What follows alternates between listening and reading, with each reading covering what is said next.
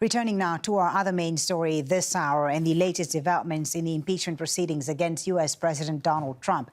A short time ago, the heads of several House of Representatives committees, along with the Speaker Nancy Pelosi, unveiled two articles of impeachment against President Trump. Those would still have to be approved by the full House, something that's likely to happen in the coming days. Now, Jerry Nadler, the chair of the U.S. House Judiciary Committee, explained why House Democrats have chosen to move forward with the two articles of impeachment. In service to our duty to the Constitution and to our country, the House Committee on the Judiciary is introducing two articles of impeachment charging the President of the United States, Donald J. Trump, with committing high crimes and misdemeanors. The first article is for abuse of power.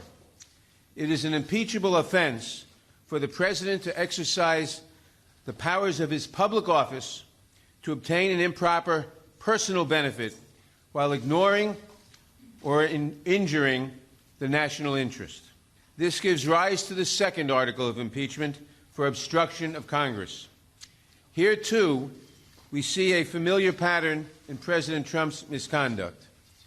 A president who declares himself above accountability, above the American people, and above Congress's power of impeachment, which is meant to protect against threats to our democratic institutions, is a president who sees himself as above the law. We must be clear. No one, not even the president, is above the law. Heidi Castro is live for us on Capitol Hill, joins us now live on Al Jazeera. Heidi, as expected, two articles of impeachment against President Trump announced by the Democrats, one on abuse of power, the other on obstruction of Congress. Talk us through what they've laid out here. Right, and this is a huge development today, Foley, because these are synonymous to the charges that Trump now would be facing if this goes to a trial in the Senate. And all signs are this is where the impeachment is headed, of course, with his very presidency at stake, whether or not he remains in office. You heard just now Jerry Nadler, chair of the Judiciary Committee, lay out those two articles that Trump will be facing. Abuse of power relating to how he pressured Ukraine to investigate Trump's political rivals, Joe Biden and his son, while withholding U.S. security aid to Ukraine and withholding a coveted White House invitation for the president of Ukraine. Nadler went on to say that this was part of a pattern of abusing his power by Trump, also mentioning in 2016 how the Trump campaign welcomed foreign interference in that election and now is soliciting it from Ukraine and continues to do so today. On that second article of impeachment on obstruction of Congress, Adam Schiff, the House Intelligence Chair, said that this was unprecedented, the way that the White House has refused to turn over evidence and refused to allow staff members to testify, to cooperate with impeachment investigators.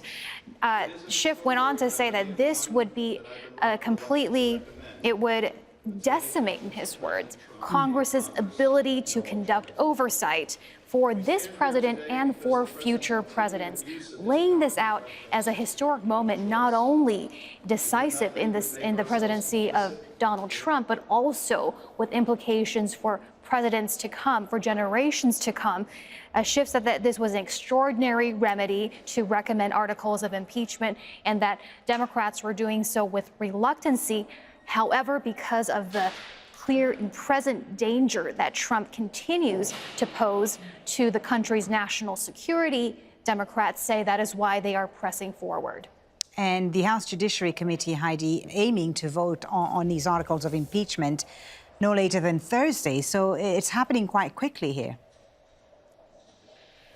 That's right. And our understanding is that staff members worked overnight after that last Judiciary Committee hearing in order to get the language of these impeachment articles drafted and released to the world just this morning. So we're expecting on Thursday for the House Judiciary Committee to vote these articles out to the full floor, and then next week for the full House floor to vote and very likely impeach the president. Of course, Democrats control the majority in the House.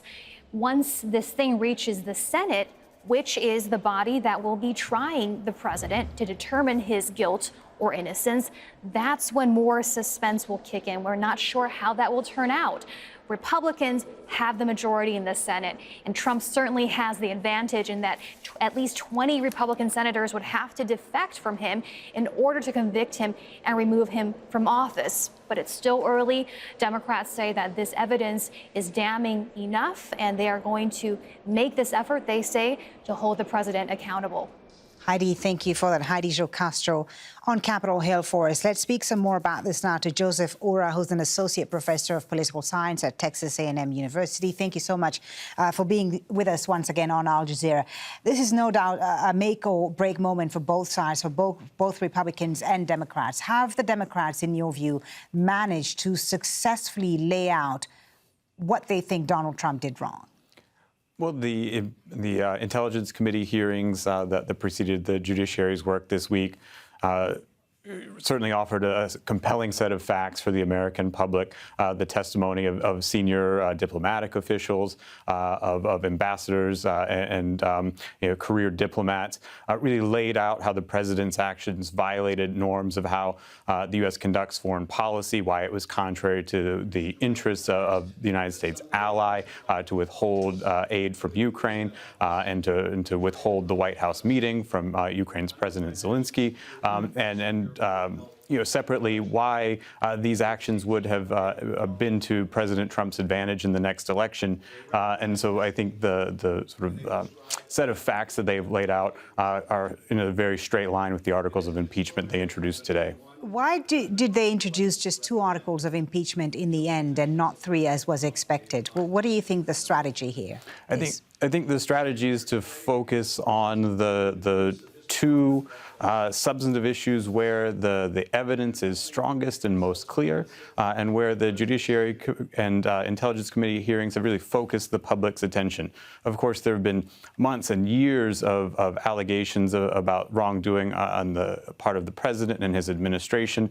The interactions with Ukraine, the calls to investigate a political opponent, right, those are clearly over the line, sort of clear violations of the sort of standards that Americans have historically had for their president, and are really sort of the most clear-cut case of President Trump acting in ways that are violations of both his oath of office and sort of deviations from the nation's best interests. Joseph Ura, the expectation is, as Heidi said, barring any surprises, is that lawmakers will vote along party lines in the House and in the Senate if it goes there. Will it be ultimately the American voters who decide Donald Trump's fate? I mean, if things continue as they have been, where decision-making in Congress is dominated by partisanship, the House will vote to impeach, the Senate will fail to remove the president from office, and incumbent President Trump will seek re-election next year. So certainly the American voters will have a say in this in the end, but their reaction to all of this is weighing on lawmakers, and as more facts potentially come out as witnesses and testimony appear before the Senate. It remains to be seen whether or not Republican senators facing re-election or senators keeping an open mind about this process may, in fact, deviate from our expectations and vote to convict the president. Thank you so much for your thoughts. Joseph Ura from Texas A&M University joining us here on Al Jazeera. Thank you for your time. Thank you.